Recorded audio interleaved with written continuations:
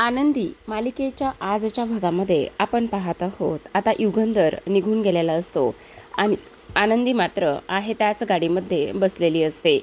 तेवढ्यातच आता ड्रायव्हर येतो आणि तो म्हणत असतो, माफ करा आनंदीताई, खरं तर माझा ना मोबाईलसुद्धा स्विच ऑफ झाला आहे.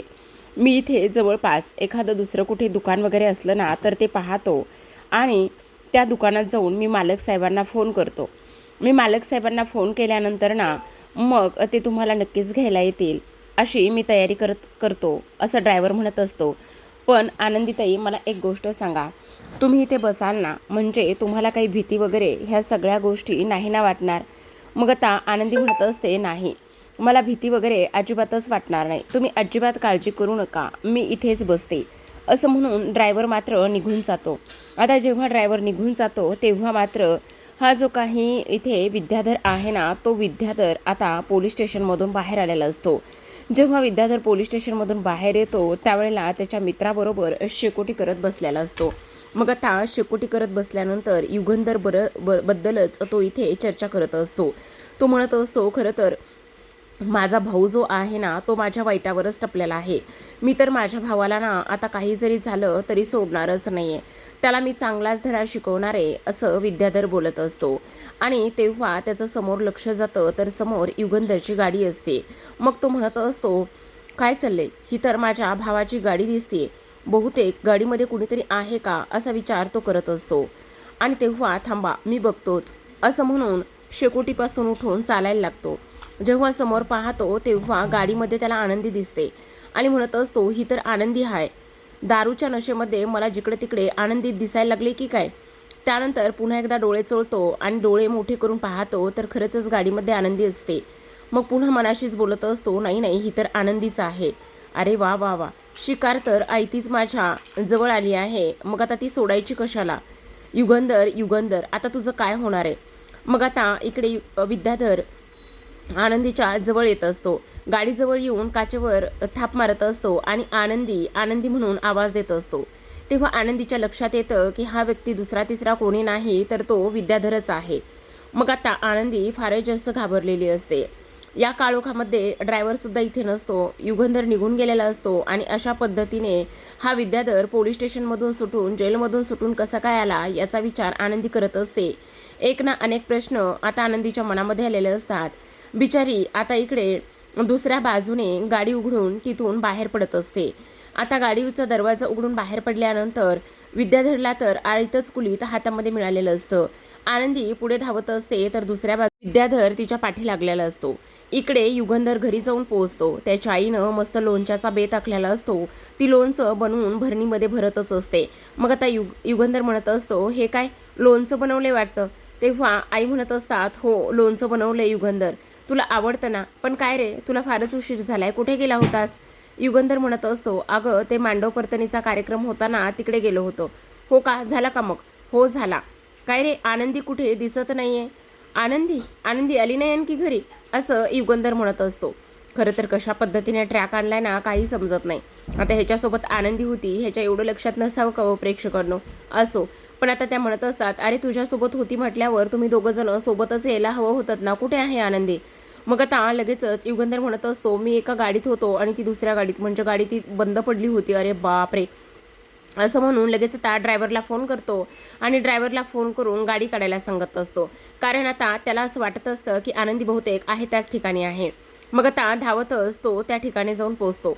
इकडे मात्र दुसऱ्या बाजूला आता लगेचच आनंदी कुठेही नसते. मग इकडे युगंधर म्हणत असतो, काय झालंय, गाडी तर इथेच आहे पण आनंदी मात्र कुठेही नाही आहे. मग आता तो तिथे येऊन पोहोचतो. त्यावेळेला आपण पाहतो की इकडे आता विद्याधर तिच्या पाठी लागलेला असतो आणि म्हणत असतो, आनंदी आनंदी, आज तुला माझ्या तावडीतून कोणीही वाचू शकणार नाही. एवढे दिवस झालं तू माझ्या तावडीतून पळत होतीस, पण आज मात्र तू इथे वाचणार नाही, ही सुद्धा गोष्ट तेवढीच जास्त महत्त्वाची आहे असं सुद्धा तो इथे बोलत असतो. मग आता इकडे युगंधरने ताबडतोब ड्रायव्हरला गाडी काढायला सांगितलेली असते. आनंदी म्हणत असते, हे बघा, सोडा मला सोडा मला, तुम्ही माझ्यासोबत येऊ नका, सोडा मला सोडा मला, इथे कुणी आहे का, कुणी असेल तर मला वाचवा असं इकडे ती बोलत असते. आता विद्याधर खूप पाठी लागलेला असतो, त्यामुळे आनंदी खाली पडलेली माती उचलते आणि खाली पडलेली माती उचलून आता विद्याधरच्या डोळ्यामध्ये फेकत असते. आता विद्याधरच्या डोळ्यात माती जाते आणि त्यावेळेला तो म्हणत असतो, खरंच ही पोरगी ना डेंजरस आहे. हिने तर इकडे माझ्या तोंडावर माती फेकलेली आहे. मी तर तुला सोडणारच नाही आनंदी, असं सुद्धा आता इथे ते लोक बोलत असतात. आता हे सर्व काही बोलल्यानंतर आपण पाहतो की इकडे आता लगेचच दुसऱ्या बाजूला मात्र आनंदी धावत असते, पळत असते आणि आनंदी धावत असताना, पळत असताना आता काही जरी झालं ना तरीसुद्धा आनंदीला मात्र त्याच्या तावडीतून वाचायचं असतं आणि म्हणूनच ती हे सगळं काही करत असते. आता हे सर्व काही करत असताना आपण पाहतो की विद्याधर म्हणत असतो, नाही आनंदी नाही, तुला माझ्या तावडीतून कोणीही वाचवणार नाही, असं सुद्धा तो इथे बोलत असतो. धावत असताना आता मात्र आनंदीच्या समोर युगंधर आलेला असतो. युगंधर म्हणत असतो, आनंदी आनंदी. मग तेव्हा ती म्हणत असते, मालक साहेब मला वाचवा, मला वाचवा. ते विद्याधर साहेब माझ्या मागे लागले आहेत, असं म्हणून आता लगेचच आनंदी मात्र इथे युगंधरच्या मिठीमध्ये असते आणि तिथेच ती बेशुद्ध होऊन पडलेली असते. आता जेव्हा ती बेशुद्ध होऊन पडते त्यावेळेला मात्र इथे आता विद्याधर दुरूनच नारळीच्या झाडाच्या आड लपून हे सगळं काही पाहत असतो. त्याला तर कळतसुद्धा नसतं की ह्या सगळ्या गोष्टी अशा पद्धतीने झाल्यात म्हणून. आणि त्याच वेळेला आता आपण पाहतो युगंधरने आनंदीला घरी आणलेलं असतं. हातावर उचलूनच त्याने तिला घरी आणतो आणि सोफ्यावर झोपवतो. घरातले सगळेजण जमा झालेले असतात. तो सर्वांना, आई, त्याचबरोबर सविताताई, शिल्पाताई, बाबा सगळ्यांना आवाज देत असतो आणि सगळ्यांना आवाज देऊन आता आनंदीच्या ह्या तब्येतीविषयी तो पाहत असतो. आनंदीला सोफ्यावर झोपवलेलं असतं. आनंदी तुला काय झालंय, तू उठ ना. दुसऱ्या बाजूला आरती झोपलेली नसते, बरीच रात्र झालेली असते. आता तिथे आबा येतात आणि तिला विचारत असतात, आरते काय झालेलं आहे, अजून सुद्धा तू झोपलेली नाहीयेस, काय झाले, कसल्या विचारात आहेस. तेव्हा ती म्हणत असते, नाही कसलेही नाही. दुसऱ्या बाजूला आपण पाहतो आता युगंधरने लगेच डॉक्टरांना कॉल केलेला असतो आणि घरी वाड्यावर डॉक्टर बोलावून घेतलेले असतात. इथे मात्र आबा तिला म्हणत असतात, काय झाले सांगणार आहेस का. तेव्हा ती म्हणत असते, नाही काही नाही झालं आबा, कळतंय का पोरी मला, आनंदीच्या काळजीमध्ये आहेस ना तू. तुला असं वाटत असेल की आनंदी तिथे सुखात आहे की नाही, त्याच काळजीमध्ये आहेस ना तू, बरोबर की नाही. मग आता ती म्हणत असते, हो त्याच काळजीमध्ये आणि त्याच विचारामध्ये आहे मी. आबा मला खरं सांगायला गेलं तर फारच जास्त टेन्शन आलं आहे. तेव्हा आबा म्हणत असतात, अगं वेडी आहेस का, काळजी करण्याची वगैरे काहीही गरज नाही. तुझ्या गोष्टी लक्षात येत आहेत का, हे बघ काहीही झालेलं नाही आहे, सगळ्या गोष्टी व्यवस्थित होतील. बघ बघ माझ्या नाती आहात तुम्ही आणि एक आजोबा म्हणून मला सुद्धा तुमची तेवढीच काळजी आहे. पण अजिबातच तू काळजी करू नकोस आरती. हे बघ तुला सांगू का, काही जरी झालं ना तरीसुद्धा इथे तिला काहीही होणार नाही आणि ती तिच्या घरामध्ये नक्कीच आनंदी आणि सुखात असणार आहे बघ. त्यामुळे तुला काळजी वगैरे करण्याची काहीही गरज नाही, असं सुद्धा आता इकडे ती बोलत असते. त्याचबरोबर दुसऱ्या बाजूला आपण पाहतो आता खूपच उशीर झालेला असतो आणि तेव्हा युगंधरने आता इकडे कमिशनर साहेबांना कॉल केलेला असतो. युगंधरने कमिशनर साहेबाला कॉल केल्यानंतर इकडे तो डिरेक्टच आता पोलीस स्टेशनमध्ये जाऊन पोहोचतो. जेव्हा तो पोलीस स्टेशनमध्ये जाऊन पोहोचतो त्यावेळेला मात्र आता विद्याधरची चांगलीच धांदल इथे उडालेली असते. आता इकडे युगंधर म्हणत असतो, खरं तर मला ना तुमच्या ह्या सगळ्या गोष्टीचं जरा कौतुकच वाटतं. म्हणजे मला ना समजतच नाही नेमकं तुमचं डिपार्टमेंट कशावर आणि कशा पद्धतीने चालतंय. खरं तर ह्या हवालदारांचं सुद्धा मला फारच चांगल्या पद्धतीने कौतुक करायचं आहे. म्हणजे काय झालंय साहेब, अहो काय सांगू तुम्हाला, हे हवालदार ना त्यांची कामगिरी अगदी चोख पद्धतीने करत आहेत. त्यामुळे मला ना खास विशेष त्यांचं कौतुक करायचं आहे, असं सुद्धा आता इकडे तो बोलत असतो. आणि त्याचबरोबर तुम्हाला सांगू का, तुम्ही आत्तापर्यंत एवढे कामं चांगले केलेले आहेत ना, त्यामुळे मला खरंच तुमचं फार कौतुक वाटतंय, असं आता इथे तो बोलत असतो. आता ह्या सगळ्या काही गोष्टी बोलल्यानंतर तो म्हणत असतो, हो का साहेब, खरं तर तुमच्या अगदी मनापासून धन्यवाद बरं का. म्हणजे तुम्ही आत्ता एवढं हे सगळं काही बोलताय ना, त्या सगळ्या गोष्टीमुळे मला सुद्धा आनंदच झालाय. तेव्हा तो म्हणत असतो, आता तुम्हाला फोन येईलच बघा, कारण तुमची ना आता इकडे पोस्ट वाढणार आहे. काही जरी झालं ना तरीसुद्धा तुमच्या बाबतीत बऱ्याच काही गोष्टी इथे होणार आहेत, असं सुद्धा आता इकडे तो बोलत असतो. तेवढ्यातच आता एक फोन येतो. फोन आल्यानंतर दुसरे इन्स्पेक्टर फोन उचलायला लागत असतात, पण त्यावेळेला युगंधर म्हणत असतो, 1 मिनिट, हा फोन तुम्ही उचलायचा नाही आहे, हा फोन मात्र त्यांच्यासाठी आहे. मग आता इकडे तो हवालदार फोन उचलत असतो. जेव्हा तो हवालदार फोन उचलतो त्यावेळेला मात्र समोरून कमिशनर साहेबांनी त्याला नोकरीवरून काढून टाकलेलं असतं, असा फोन असतो. मग आता तो इकडे हवालदार युगंधरच्या पायाशी असतो आणि माफी मागत असतो आणि म्हणत असतो, साहेब साहेब असं नका ना करू, साहेब हे बघा मला माफ करा, हे बघा माझ्या नोकरीचा प्रश्न आहे आणि तुम्ही अशा पद्धतीने माझ्याशी वागू नका ना प्लीज, मी काय म्हणतो एकदा तरी मला माफ करा ना, असं इथे तो बोलत असतो. आता हे सर्व काही बोलल्यानंतर युगंधर म्हणत असतो, नाही अजिबातच नाही, तुमची तीच लायकी आहे आणि त्याचबरोबर एकट्या तुमचीच नाही तर इथे हे जे काही वरिष्ठ आहेत ना त्यांचीसुद्धा तीच लायकी आहे, त्यांनासुद्धा त्यांचं बक्षीस हे मिळणारच आहे. अहो तुम्ही कोण आहात आणि तुम्ही अशी कामं करतायत, एका गुन्हेगाराला पाठीशी घालून पैशासाठी लाच घेऊन तुम्ही अशा पद्धतीची कामं करतात, तुमची हिंमत कशी झाली ही असली कामं करायची. त्याच वेळेला आता इकडे तो हातपाय पडत असतो, पण युगंधर मात्र काहीही ऐकत नसतो. युगंधरने त्याच्या गळ्यामध्ये घातलेल्या चेनला पकडलेलं असतं, जी की चेन इथे दुसऱ्या तिसऱ्या कोणाचीही नसून ती फक्त आणि फक्त इथे त्या विद्याधरचीच आहे. मग आता इकडे तो म्हणत असतो, आता काही जरी झालं ना तरीसुद्धा हा जो माझा भाऊ आहे ना तो तर इकडे जेलमध्येच कायम सडणार आहे. पण आणखी एक गोष्ट मी तुम्हाला सांगतो, तुमच्या नोकरीची मात्र आता इकडे दशा झालेली आहे. तुमच्यासारखी लोक इकडे देशासाठी नाही तर सर्वसामान्यांच्या हिताचं सुद्धा कधी रक्षण करू शकत नाहीत, असं इकडे तो बोलत असतो. मग आता युगंधर विद्याधरच्या समोर येतो आणि विद्याधरच्या समोर आल्यानंतर तो त्याला म्हणत असतो, एक गोष्ट सांगू का विद्याधर, हे बघ काही जरी झालं ना तरीसुद्धा एक गोष्ट मात्र नीट लक्षात ठेवायची, तुझ्यासाठी मी अशी काहीतरी इथे सोय करून ठेवलेली आहे ना की तू इथे आयुष्यभर ह्या जेलमध्येच सडणार आहेस, याची तरतूद मी व्यवस्थित करून ठेवली आहे. कळलं का तुला? भाऊ म्हणून घेण्याची मला लाज वाटत आहे. तू खरं तर निंबाळकरांच्या घरामध्ये जन्म घेऊनच खूप मोठी चूक केलेली आहेस, असं तो बोलत असतो आणि त्यामध्ये आता तो आयुष्यभर इथेच जेलमध्ये सड असं सुद्धा तो बोलतो आणि तिथून युगंधर निघून जातो.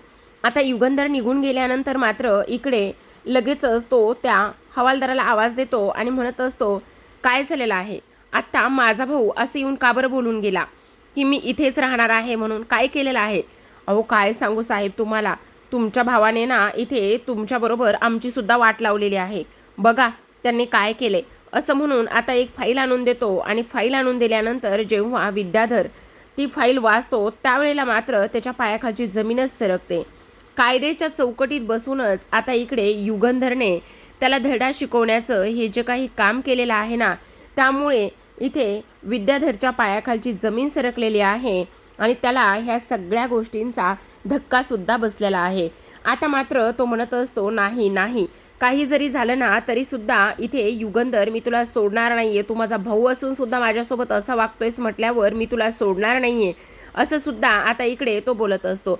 आता हे सर्व काही बोलल्यानंतर आपण पाहतो इकडे मात्र तो विचार करत असतो की आता हे सगळं त्या आनंदीमुळे होतंय ना, जर ह्या सगळ्या गोष्टी त्या आनंदीमुळे होत आहेत ना तर मग मी तिला सुद्धा माफ करणार नाही, असं सुद्धा इकडे आता तो बोलत असतो. दुसऱ्या बाजूला आनंदीच्या समोर सर्वजण असतात आणि तिची व्यवस्थित काळजी घेत असतात. आनंदीची काळजी घेत असताना तेवढ्यातच तिथे शिल्पा येते आणि शिल्पा आल्याबरोबर ती म्हणत असते, काय आहे हे सगळं काही आणि त्याचबरोबर तुम्ही हे सगळं हिला डोक्यावर का घेतलं आहे, काय मरायला लागलेली आहे का ती? मग आता इकडे सविताताई म्हणत असते, काय झालं असेल मला कळतच नाही, आनंदीताई अजून सुद्धा शुद्धीवर येत नाहीयेत, बहुतेक ना त्या खूप घाबरल्यात आणि घाबरल्यामुळे त्यांची अशी अवस्था झालेली आहे. ऐका ना मी काय म्हणते ताईसाहेब, आपण डॉक्टरांना वगैरे बोलवायचं का?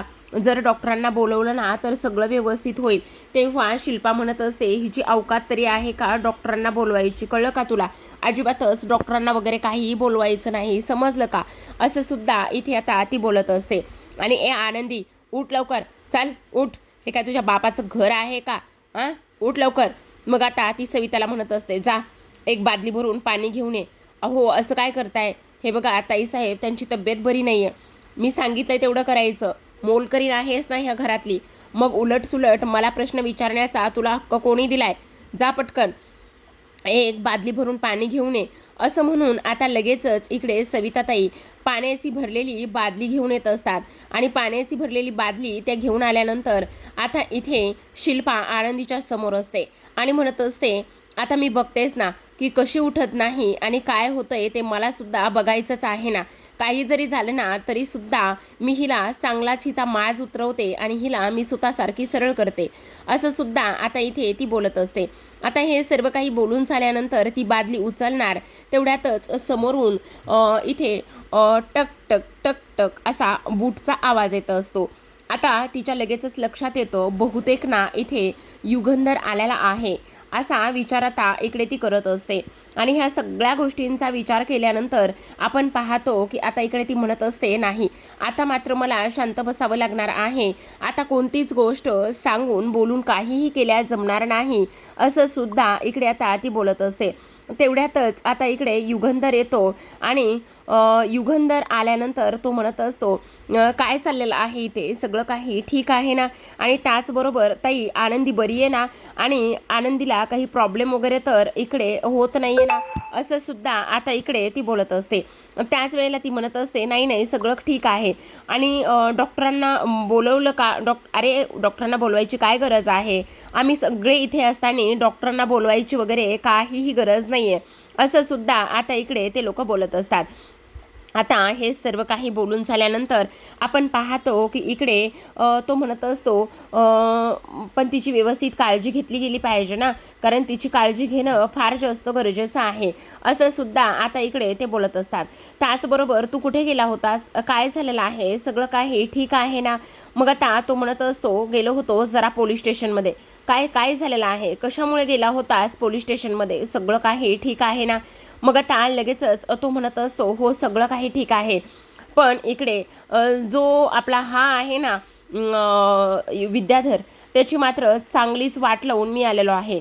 म्हणजे त्याला ना मी इकडे कायद्याच्या चौकटीतच राहून चांगला धडा मी शिकून आलेलो आहे, असं सुद्धा आता इकडे तो बोलत असतो. आता हे सर्व काही बोलल्यानंतर ती म्हणत असते, अरे पण तुम्ही दोघंजण सख्खे भाऊ भाऊ आहात, मग तुम्ही दोघंजण सख्खे भाऊ भाऊ असताना हे असं नाही वागलं पाहिजे रे, ह्या सगळ्या गोष्टींचा एकदा व्यवस्थित विचार केला गेला पाहिजे रे.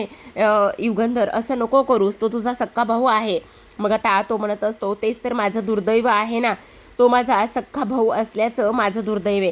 तुला नाही समजणार ताई, त्याने खूप काही केलेलं आहे, आणि तुला सांगू का, आता तो जेलमधून बाहेर येणार नाही, ह्या सगळ्या गोष्टींची मी तरतूद केलेली आहे. आणि प्लीज आता तू ह्या सगळ्या गोष्टीच्या मध्ये पडू नकोस, मी तुझ्या पुढे हात जोडतो.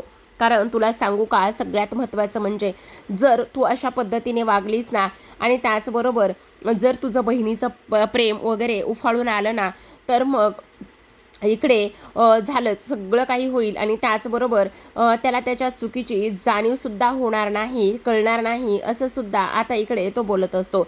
आणि त्यानंतर आनंदीची काळजी घ्या असं म्हणून तो सविताताईंना सांगून निघून जातो. तेवढ्यातच आनंदीला शुद्ध आलेली असते. मग आता सविताताई म्हणत असतात, आनंदीला शुद्ध आली आहे. मग तो थोड्या वेळासाठी तिथेच थांबतो आणि थांबल्यानंतर म्हणत असतो, पोरी तू ठीक आहेस ना, स्वतःची काळजी घे आणि काळजी करू नको, सगळं काही नीट होईल, व्यवस्थित होईल, असं सुद्धा तो इकडे सांगत असतो आणि निघून जातो. त्याच वेळेला शिल्पा मात्र तिच्याकडे रागानेच बघत असते, आणि रागानेच बघितल्यानंतर आता मात्र मी तिचा सोक्षमोक्ष लावणार आहे, ही सुद्धा गोष्ट इकडे आता ती नकळतपणे बोलून गेलेली असते.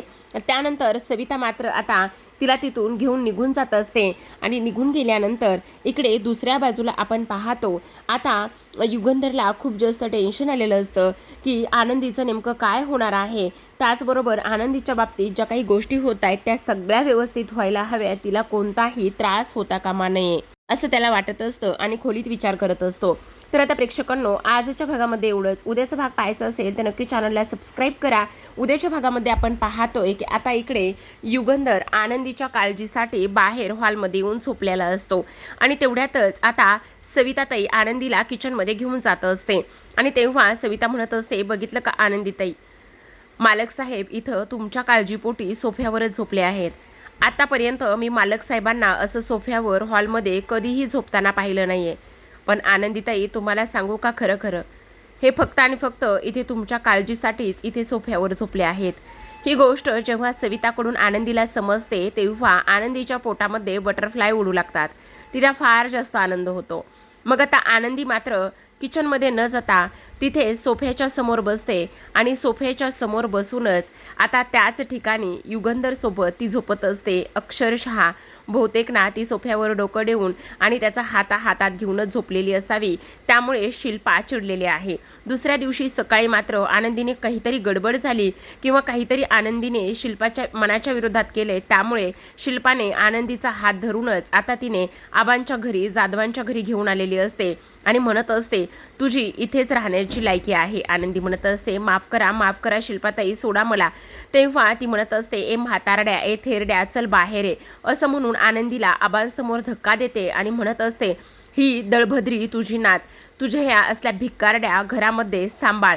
कारण तिने आता इकडे खूप मोठी चूक केली आणि तिने असं काहीतरी केलंय की त्यामुळे तिला असं वाटत असेल की ती निंबाळकरांच्या घरची मालकीण झाली आणि माझ्या भावाची बायको झाली असा अधिकार ती गाजवते आणि इथे तिच्या लायकीपेक्षा ती थोडीशी वेगळी वागत आहे.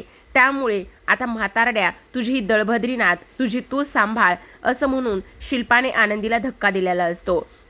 आता जेव्हा धक्का दिलेला असतो त्यावेळेला मात्र इथे आरती आणि त्याचबरोबर आबा ह्या तिघांना धक्का बसतो का असं झालेलं आहे म्हणून.